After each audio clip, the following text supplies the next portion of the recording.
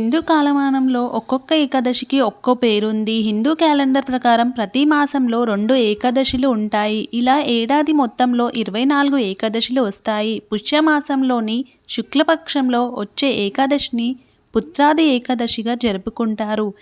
ఈ ఏడాది జనవరి 10న పుత్రాది ఏకాదశి వచ్చింది. మరి ఈ ఏకాదశి ఏంటి, ఆ రోజు ఎలా పూజ చేయాలి అనే విషయాలు ఇప్పుడు తెలుసుకుందాం. పుత్రాది ఏకాదశి వ్రతం ఆచరించడం వల్ల పిల్లలు లేని భార్యాభర్తలకు సంతాన ప్రాప్తి కలుగుతుందని నమ్ముతారు. సంతానం ప్రాప్తి కోసం దంపతులు ఎక్కువగా ఈ వ్రతాన్ని ఆచరిస్తారు.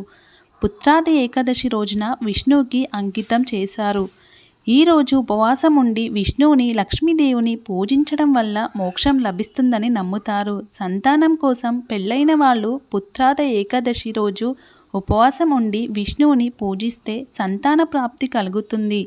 ఈ రోజున భక్తులు ఉపవాసం ఉండాలి. అయితే ఉపవాసం ఉండేవారు ఒక రోజు ముందు సాత్వికాహారానికి మాత్రమే తీసుకోవాలి. ఉపవాసం ఉన్న స్త్రీలు లేదా పురుషుడు బ్రహ్మచర్యం పాటించాలి. పుత్రాది ఏకాదశి వ్రతం చేయాలనుకునే దంపతులు దశమి నాటి రాత్రి నుంచే ఉపవాసాన్ని ప్రారంభించాలి. ఏకాదశి నాడు సూర్యోదయానికి ముందే నిద్రలేచి తలస్నానం చేయాలి. పూజలో విష్ణు విగ్రహాన్ని లేదా విష్ణు ఫోటోని ఉంచాలి. ఫోటో ముందు కలశాన్ని ఉంచి దానికి ఎర్రటి వస్త్రం చుట్టాలి. తర్వాత నెయ్యితో దీపం వెలిగించి శ్రీ మహావిష్ణువుని పూజించాలి. పూజలో పూలు, కొబ్బరికాయ, తమలపాకులు, లవంగం, జామకాయ మొదలైన వాటిని ఉంచాలి. అలాగే పండ్లు, స్వీట్లు నైవేద్యంగా పెట్టాలి. గంగా జలంలో విష్ణుమూర్తికి అభిషేకం చేయాలి. పూలు, తులసి సమర్పించాలి. వీలైనంత ఈరోజు ఉపవాసం ఉండాలి. సాత్విక వస్తువులను మాత్రమే భగవంతుడికి నైవేద్యంగా సమర్పించాలి. తులసి లేకుండా విష్ణువుకి భోగం సమర్పించకూడదు. విష్ణువుతో పాటు లక్ష్మీదేవిని పూజించడం వల్ల అమ్మవారి కటాక్షం పొందుతారు. చివరిగా పుత్రాది ఏకాదశి కథ చదివి హారతి ఇవ్వాలి.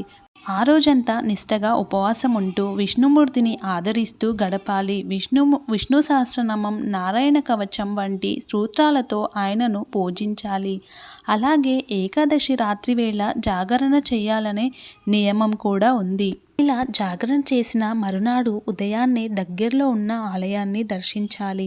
ఆ రోజు ద్వాదశి గడియలు ముగిసేలోగా ఉపవాసాన్ని విరమించాలి. ఇలా నిష్టగా ఉపవాస వ్రతాన్ని ఆచరిస్తే మోక్షం సైతం సిద్ధిస్తుందని చెబుతారు. ఈ సంవత్సరం పుత్రాద ఏకాదశి తిథి జనవరి 9 మధ్యాహ్నం 12:23 ప్రారంభమయ్యి జనవరి 10 ఉదయం 10 నిమిషాల వరకు ఉంటుంది. ఈ పవిత్రమైన రోజున ఉపవాసం ఉండటం వలన అన్ని రకాల పాపాలు తొలగిపోయి ఉపవాసం ఉండి పూజ చేస్తే అన్ని కోరికలు నెరవేరుతాయి. ఎక్కువ మంది పుత్రాది ఏకాదశి రోజు ఉపవాసం సంతానం కోసం చేస్తారు. మత విశ్వాసాలు ప్రకారం ఏకాదశి నాడు ఉపవాసం ఉంటే మోక్షం లభిస్తుందని నమ్ముతారు. రాత్రిపూట జాగరణ చేసి విష్ణువుని భజనలు, కీర్తనలతో స్తుతించడం వల్ల భగవంతుడి ఆశీర్వాదం పొందుతారు. ఈరోజు ఉపవాసం ఉంటే తప్పకుండా పిల్లలు పుడతారని విశ్వసిస్తారు. మీకు గనక ఈ వీడియో నచ్చినట్టయితే please like, share and subscribe to my channel. Thanks for watching. మరెన్నో వీడియోల కోసం బెల్ ఐకాన్ని రింగ్ చేయండి.